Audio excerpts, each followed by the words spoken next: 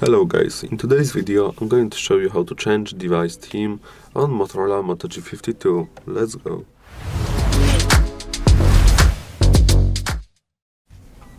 Okay, so guys, all you need to do is you need to click here on Moto app, then these three lines at the top, then click Personalize.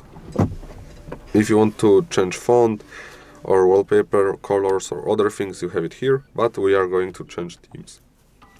So you click here on themes and you select them. I will go with, I would say, Moto, or no, I will go with Seaway, which is right here. Okay guys, that's how you change themes on Motorola Moto G52. Thank you for watching. Have a good day. Goodbye.